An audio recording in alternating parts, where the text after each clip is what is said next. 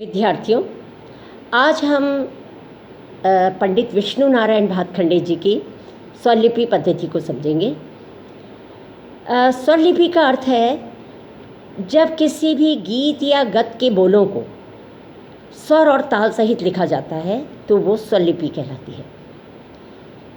अर्थात हम किसी गत या गीत के बोलों को जब स्वर और ताल सहित लिखते हैं तो उसे स्वरलिपि कहते हैं। यदि किसी आलाप, भले ही वो गायन का हो, वादन का हो, उसको हम स्वर बोलों सहित लिखेंगे तो वो उसकी स्वरलिपि कहलाएगी। और यदि किसी ताल को उसके मात्रा, बोल, चिन्हों के सहित हम लिखेंगे तो वो ताललिपि कहलाएगी। अंग्रेजी भाषा में इसी स्वरलिपि को नोटेशन कहते हैं। The art of describing musical ideas in written character is called notation. हमारे देश में दो प्रकार की स्वरलिपियाँ जो है वो प्रचलित हैं। एक है पंडित विष्णु नारायण भातखंडे जी की और दूसरी है पंडित विष्णु दिगंबर पलुस्कर जी की। उसमें दोनों में कुछ साम्यता होते हुए भी काफ़ी अंतर है और व्यवहार में भातखंडे जी की जो स्वरलिपि पद्धति है वो अधिक प्रचलित है। भातखंडे जी की जो स्वरलिपि पद्धति है उसके बारे में जानेंगे कि हिंदुस्तानी संगीत पद्धति में मुख्यतः 7 स्वर माने गए हैं, जिन्हें सडज, ऋषभ, गंधार, मध्यम, पंचम, धैवत, निषाद कहते हैं। और इन्हीं को संक्षेप में सा रे गा मा पा धा नी ये कहा जाता है, जिसमें कि सा और पा ये 2 स्वर अचल स्वर हैं। अब बाकी के बच्चे 5 स्वर रे गा मा धा नी, इन 5 स्वरों के 2-2 रूप होते हैं, तो ये विकृत स्वर भी कहलाते हैं। और इस विकृत स्वर में भी 2 अवस्थाएं होती हैं। जब स्वर अपने नियत स्थान पर बोलता है तब तो वो शुद्ध स्वर कहलाता है। जब वो अपने नियत स्थान से ऊपर या नीचे जाके बोलता है तो उसे विकृत स्वर कहते हैं। तो विकृति की भी 2 अवस्थाएं हैं। एक तो स्वर जब अपने नियत स्थान से नीचे उतरता है तब तो उसको कहते हैं कोमल विकृत स्वर। तो ये स्वर 4 है, रे, ग, ध, नी। और इसमें दूसरी अवस्था है कि स्वर अपने स्थान से ऊपर विकृत चढ़ता है तो वो उसको कहते हैं तीव्र विकृत, तो वो मध्यम होता है। तो इस प्रकार कुल मिलाकर सा, रे कोमल, रे शुद्ध, ग कोमल, ग शुद्ध, मा शुद्ध, मा तीव्र, पा, ध कोमल, ध शुद्ध, नी कोमल, नी शुद्ध और सा। इस प्रकार जो है इस प्रकार ये टोटल 12 स्वर जो है माने जाते हैं। तो भातखंडे जी ने की जो स्वरलिपि है उसके चिन्ह और उनका जो है वो इस प्रकार है कि उन्होंने शुद्ध स्वरों को बताया है कि शुद्ध स्वर के लिए किसी भी चिन्ह की आवश्यकता नहीं होती। जैसे मा, पा, धा, नी इस तरह से लिखा जाएगा तो शुद्ध स्वर के नीचे कहीं पर भी कोई चिन्ह नहीं है। कोमल स्वरों के नीचे एक हल्का सा डैश, एक छोटी सी लाइन लिख करी जाती है जो कि कोमल स्वर का परिचायक है।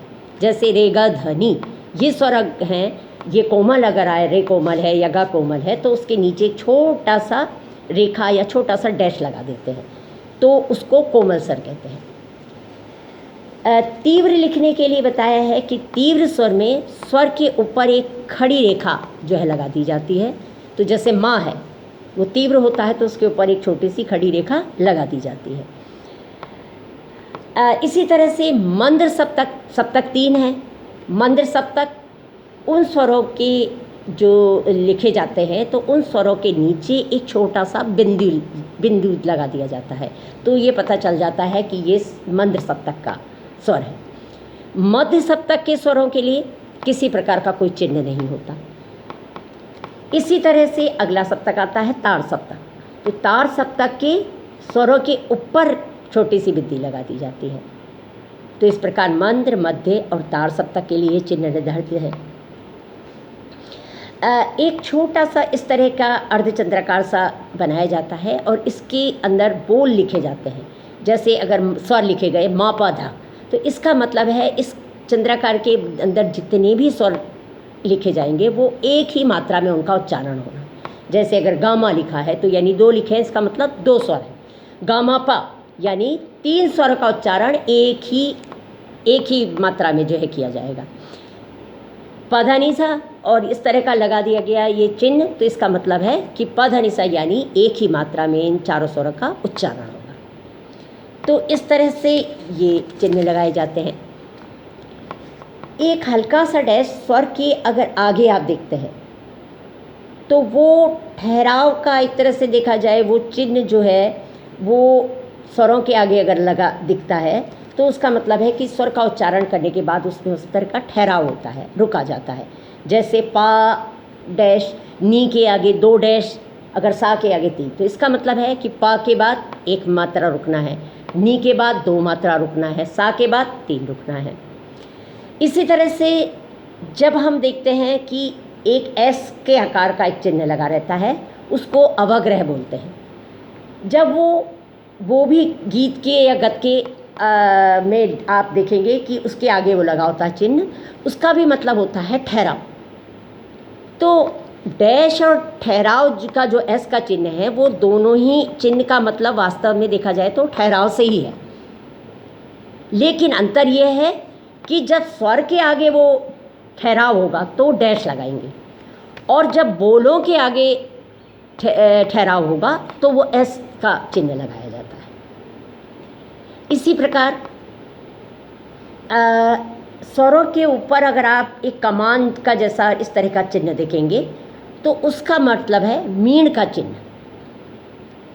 यानी जैसे धनी सा, और धनी सा के ऊपर ये इस तरह का कमान का एक तीर बना, इस तरह का बना हुआ चिन्ह, इसका अर्थ है कि वो मीण का चिन्ह है। यानी ये ध से लेके सा तक अपने को जाना है, आवाज़ को, ध्वनि को बिना खंडित किए हुए, वो मीण कहलाती है, और ये इसका परिचायक है कि ये मीण का चिन्ह है।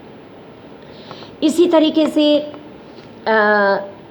प लिखा है, उसके ऊपर अगर यदि आपको देखेंगे कि कोई और स्वर लिखा है, म लिखा है, तो ये यानी एक स्वर है और उसके ऊपर एक दूसरा स्वर साइड में लिखा है, तो इस स्वर को कण कहा जाता है।